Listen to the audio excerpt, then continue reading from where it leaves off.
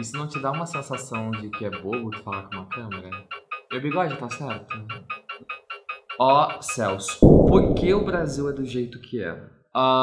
Por que existe tanta desigualdade no Brasil? Por que o Bolsonaro foi eleito presidente do país? Então, essas e outras perguntas eu acabei, particularmente, me tocou muito a leitura e acabei sanando as minhas dúvidas sobre o totalitarismo brasileiro. Livro da maravilhosa Lilia Moritz Schwartz, uma das fundadoras da Companhia das Letras, é uma antropóloga, professora da USP, muitos livros publicados. E ela agora se propõe, nesse livro aqui lançado ano passado, 2019, a entender e a explicar um pouco do porquê somos do jeito que somos, sobretudo no autoritarismo.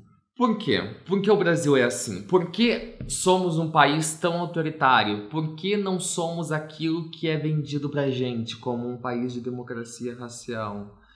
Então essa e outras dúvidas a Lilia vai tirar e eu vou comentar um pouquinho sobre como ela explana isso no livro dela, certo?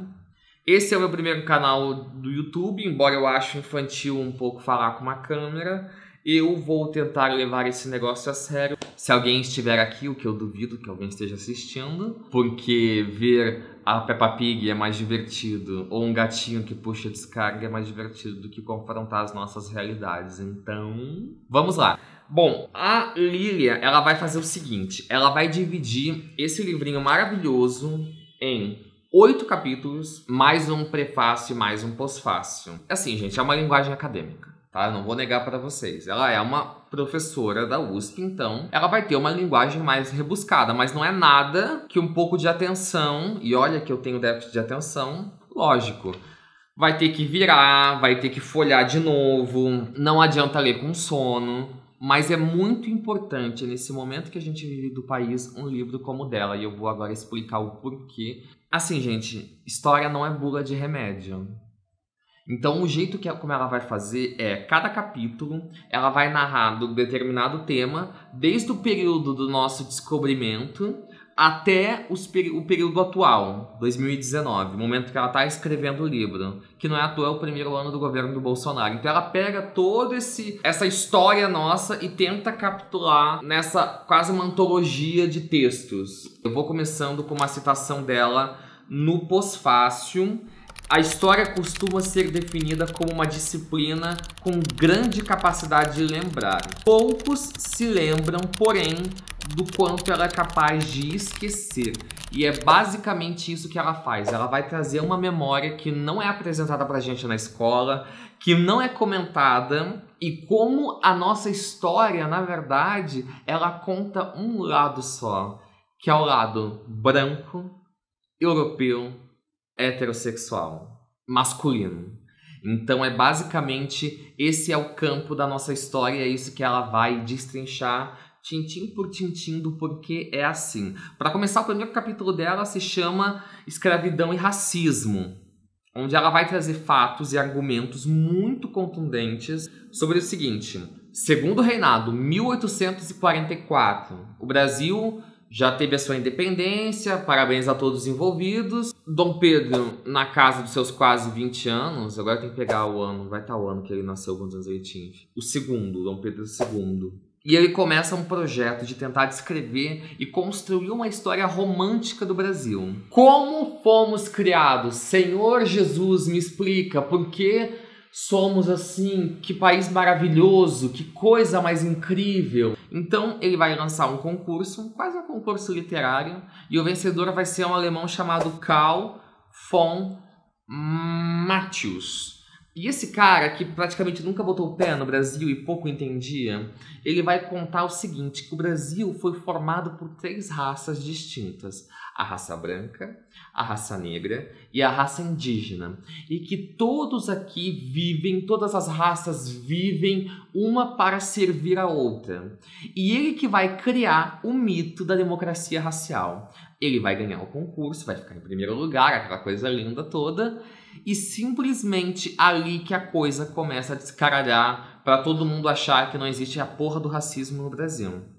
Então, é tão sério essa questão de como ele vai tratar isso, porque assim, pra gente é óbvio, pra alguém que pensa minimamente, o Brasil é um país racista, mas como se dá? Ora, você tem 300 anos de escravidão.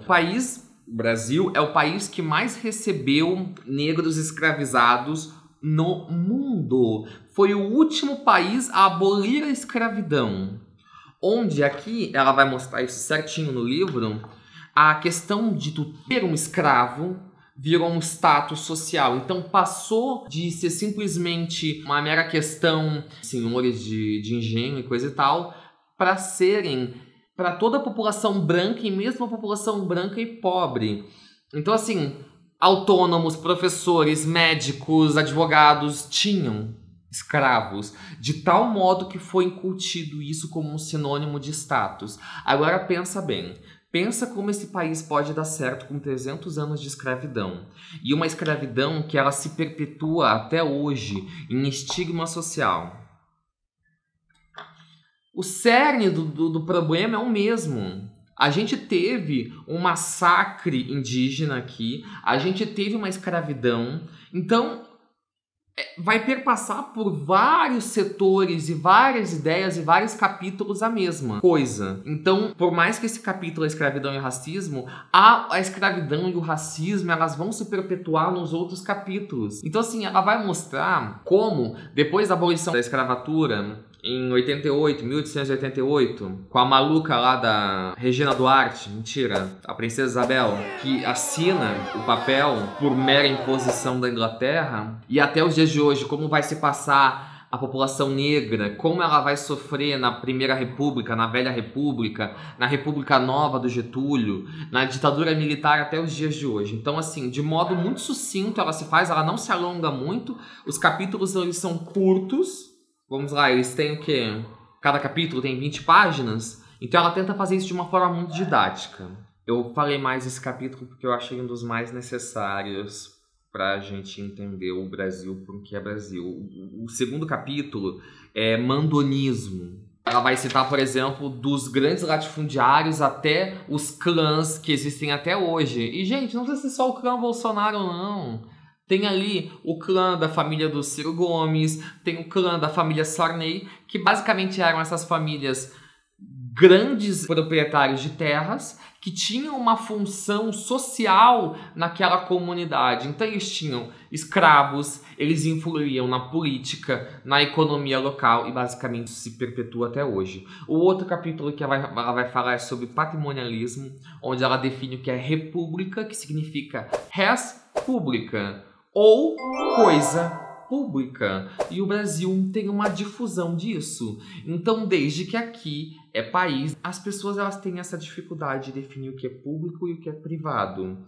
E aí é isso que vai abarcar no próximo capítulo dela, que ela vai tratar sobre corrupção. Desde os crimes que aconteciam contra a coroa portuguesa, até os crimes da privataria tucana, o mensalão, enfim. Ela vai fazer um apanhadão geral.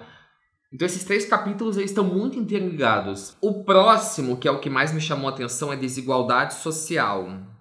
A escola pública, do jeito como ela foi criada, e isso eu fiquei horrorizado, ela foi criada para manter a elite no poder. Então, uma coisa muito interessante é que é o seguinte, a população, isso reflete na nossa desigualdade social, a população brasileira só tinha acesso ao primário, a grande maioria, até 1930. O secundário, ensino médio e faculdade era só para elite. Beleza. A partir do Getúlio Vargas, a coisa fica um pouco mais interessante. Por quê?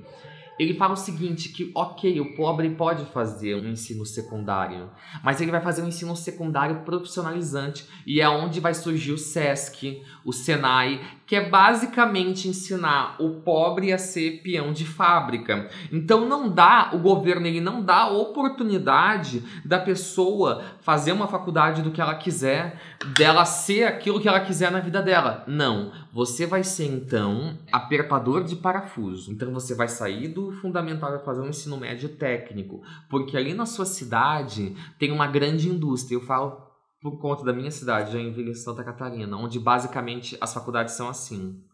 E os cursos técnicos são assim, são para abraçar essas indústrias locais, tudo a mando dos empresários. Então, assim, gente, é tão louco isso, sabe? E aí isso se reflete no nível de educação do brasileiro, que isso se reflete no nível de escolaridade, no nível de leitura, que é um país que não lê. A grande maioria da população brasileira não tem senso crítico, porque não foi ensinado para ela na escola. Quando Darcy Ribeiro, que fez esse livro aqui, O Povo Brasileiro, que está nas minhas leituras desse ano, fala: a educação no Brasil, ela não deu errado, ela deu certo, ela é um projeto, ela tem que ser assim. Porque ela tem que ser assim para continuar mantendo os privilégios de uma elite econômica. Para terminar aqui, ela termina com mais 3 capítulos, um que é sobre violência, sobre vários temas. Violência, por exemplo, violência no campo, violência da equipe. Pega a questão indígena. O próximo capítulo é raça e gênero, onde ela vai discutir isso de um modo bastante destrincado sobre... Aí ela vai se tornar um pouco repetitiva, eu admito, mas alguns temas vão ser bastante abrangentes, como população LGBTQ, que é o país que mais mata trans, travestis no mundo. E o 8º capítulo é intolerância. Então assim, gente, intolerância. Esse é um país intolerante, não adianta. Foi criada uma mitologia. Todos os países criam mitologias. Todos. Mas aqui se criou a mitologia nacional. Do herói branco, do bandeirante, do ditador, daquela bobagem toda. A ditadura foi uma época maravilhosa, o Getúlio Vargas foi maravilhoso, sabe? Somos uma democracia racial, não existe racismo. Então se criou um mito para dividir nós, que somos o representante da heteronormatividade branca, nós contra eles, o resto. Então, assim, para continuar essas engrenagens perversas, a gente cria esse dualismo que mexe com a cabeça das pessoas. Então, eu crio o pertencimento num grupo e renego o outro. Então, assim, para concluir, porque eu acho que eu já me estendi demais, eu acho o seguinte, eu faço um pedido. Todo mundo leia sobre o autoritarismo brasileiro. É um livro que ele é pesado, ele é um livro denso, muitos dados, mas ele é um livro muito importante, porque eu fiquei com uma sensação de raiva depois que eu li ele. Muita raiva. Náusea, tenho um problema de refluxo muito por conta desse livro. Porque assim, gente, a questão é, o livro te faz refletir. A gente vai chegar um dia lá, a gente vai chegar um dia a ser um país igual, um país tolerante, um país inclusivo, ou não tem jeito? Porque pelos dados que ela apresenta aqui dos níveis educacionais no brasileiro, que é uma coisa que vai se repetindo de pai para filho, é assustador. Parece que não tem jeito. E esse governo, ele representa bem isso, a desesperança. Embora eu acho que ela é muito feliz em dar algumas propostas que eu acho um pouco utópicas. Temos que investir mais em educação, temos que fazer uma educação mais inclusiva. Sim, temos, mas como a gente luta pelos nossos direitos, como a gente continua tendo esperança nesse mundo tão perverso? A primeira resposta é lendo, debatendo. Então, leia esse livro, debata ele, discutam sobre o que ele trata e principalmente tenta entender o país que tu vive, porra. É muito fácil a gente abrir a boca e falar mal do Brasil, a gente tem que entender porque o nosso país é assim, e isso eu acho que a Lília vai ter uma competência tremenda. Eu quero ler muitos outros livros dela para eu poder entender o país que eu vivo, o meu país, e como eu posso ajudar a transformar ele. Bom, esse foi o vídeo de hoje. O da semana que vem eu vou fazer sobre um assunto mais aleatório, é o Corcunda de Notre Dame. Espero que vocês tenham gostado. Se não gostarem, um beijo, um abraço.